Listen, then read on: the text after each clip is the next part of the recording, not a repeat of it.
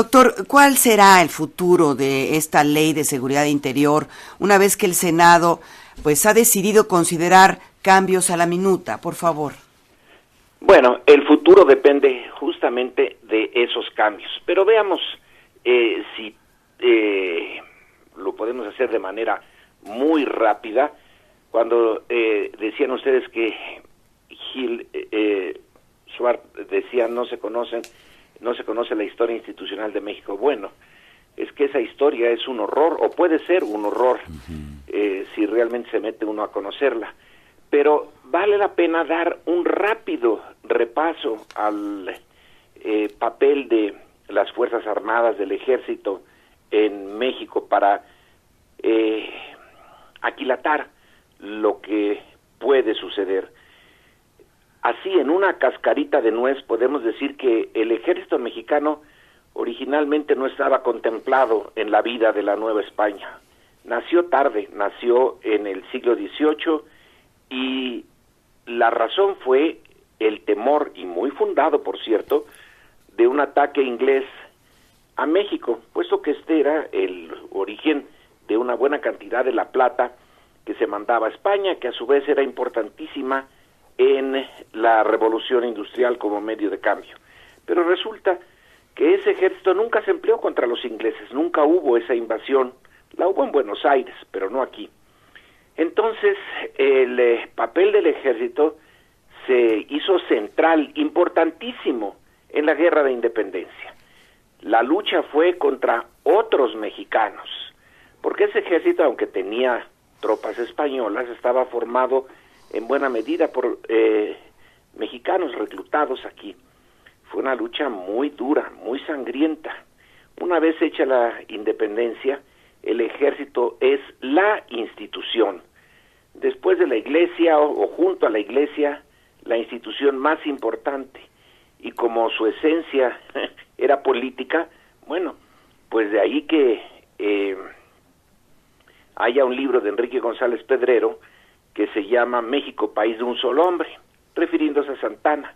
Y Santana era el indispensable porque era el que controlaba el ejército.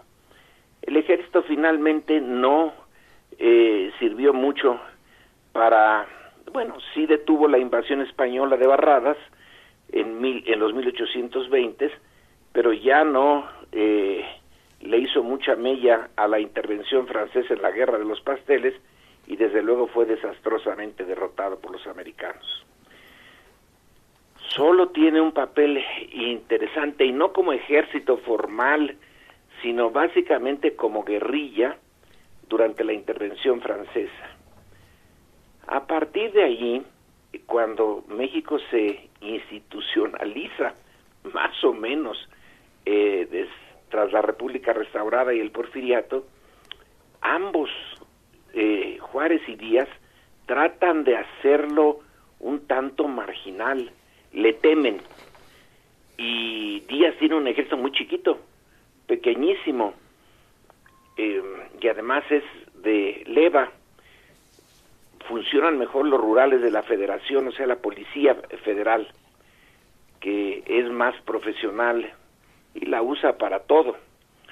Luego viene la Revolución, el Ejército Federal trata de hacerse dueño de la política mexicana. ¿Para qué? Para restaurar el orden, más o menos como se quiere ahora, pero a lo bestia. Entonces toma directamente el poder político y el resultado es un desastre. Tan desastre que ese ejército es disuelto, le ganan los revolucionarios. Surge un nuevo ejército, el revolucionario, y se convierte otra vez en el centro de la política. No hay realmente un partido político que lo iguale. Ni siquiera el PRI, cuando nació en 1929, tiene esa importancia. El ejército es central, es el que le da el poder y se lo quita a Carranza, luego a Obregón, luego a Calles, y bueno, ahí tenemos al ejército jugando un papel fundamental en la política mexicana. Pareciera que con el PRI la cosas cambian, que el presidente se apoya más en un partido y relega al ejército, lo saca del PRI, bueno, cuando se llamaba todavía Partido de la Revolución Mexicana, porque tenía el ejército un sector, así como el obrero y el campesino, el militar. Y parece que entramos en una etapa de nuestra historia donde el ejército es sometido a los civiles, relativamente marginal, discreto, pero si uno hurga un poquito en la historia y ve en particular el mundo rural, el ejército está siempre allí como el apoyo contra invasiones de tierras, contra descontentos, y luego toma un papel central a partir del 68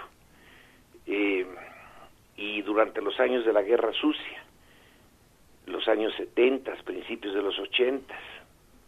Pareciera que resuelto el tema de la insurgencia y la guerrilla, ya otra vez, podemos cada quien estar en su lugar, los civiles en uno, los militares en otro, pero llegó el narcotráfico, y a instancias de Estados Unidos en particular, el ejército vuelve a estar cada vez más en el centro, pero esta guerra,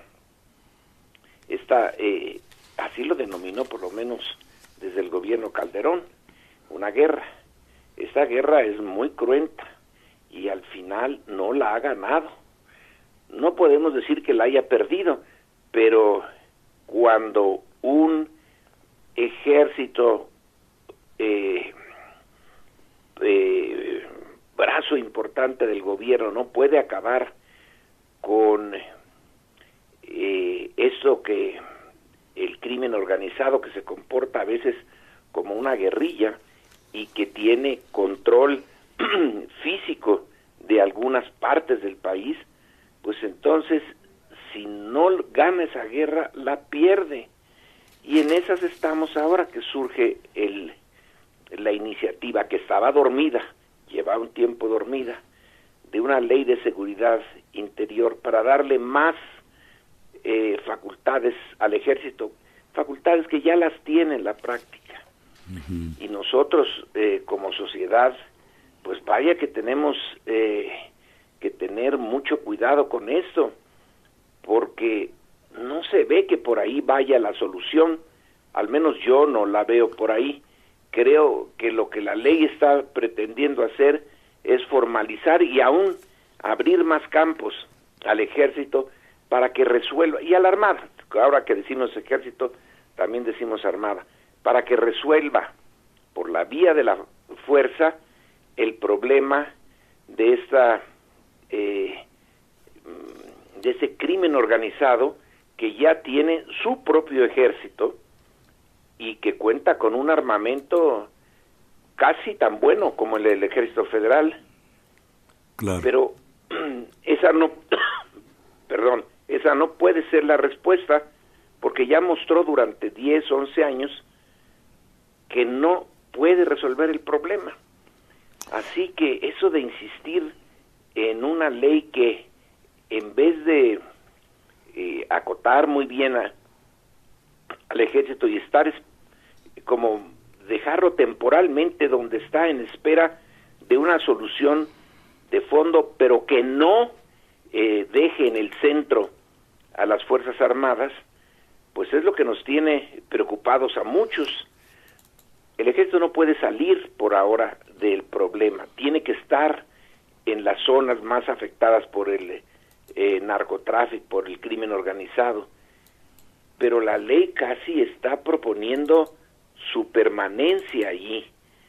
Pero si ese es el arma principal de los gobiernos de Felipe Calderón y Peña Nieto y no ha dado ningún resultado definitivo, pues ¿para qué persistir en ese camino? Claro, doctor Lorenzo Meyer, ¿diría usted que entonces esta aprobación, en el caso de que así sucediera, de la Ley de Seguridad Interior y en un panorama como lo vemos ahora rumbo a las elecciones del 2018, implicaría riesgos para la vida democrática de nuestro país?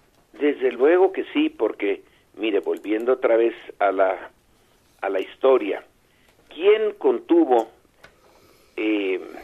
la oposición con violencia en la elección de 1940? Que la presidió el gobierno del general Cárdenas, debo de reconocerlo, pero que acabó con Almazán, pues el ejército, porque allí se estaba gestando también la oposición almazanista.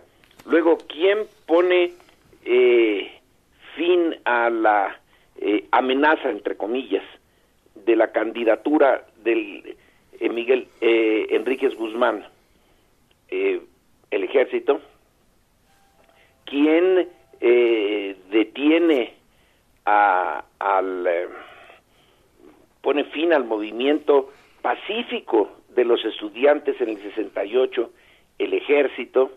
Entonces, ahora que tenemos enfrente unas elecciones endiabladamente conflictivas ya desde ahorita y que pueden llevar a la protesta social, como ocurrió en el 2006 tras el haiga sido como haiga sido de Felipe Calderón, pues entonces con esta ley se está abriendo de manera más clara, un camino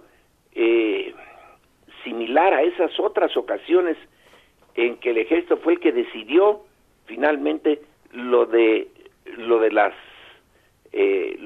elecciones, y cerró con un broche muy duro, o si no fueron las elecciones en el 68,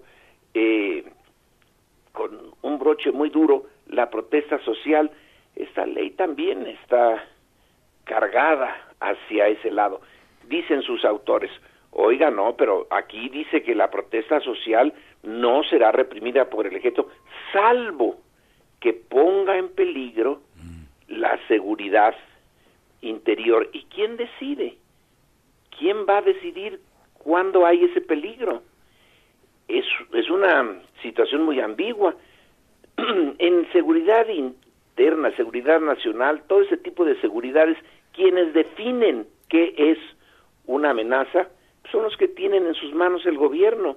Así que una vez definido que en el 2018 puede haber por la protesta social potencial una amenaza a la seguridad interior, pues entonces meter al ejército, se está facilitando que se siga este camino que ya hemos visto antes.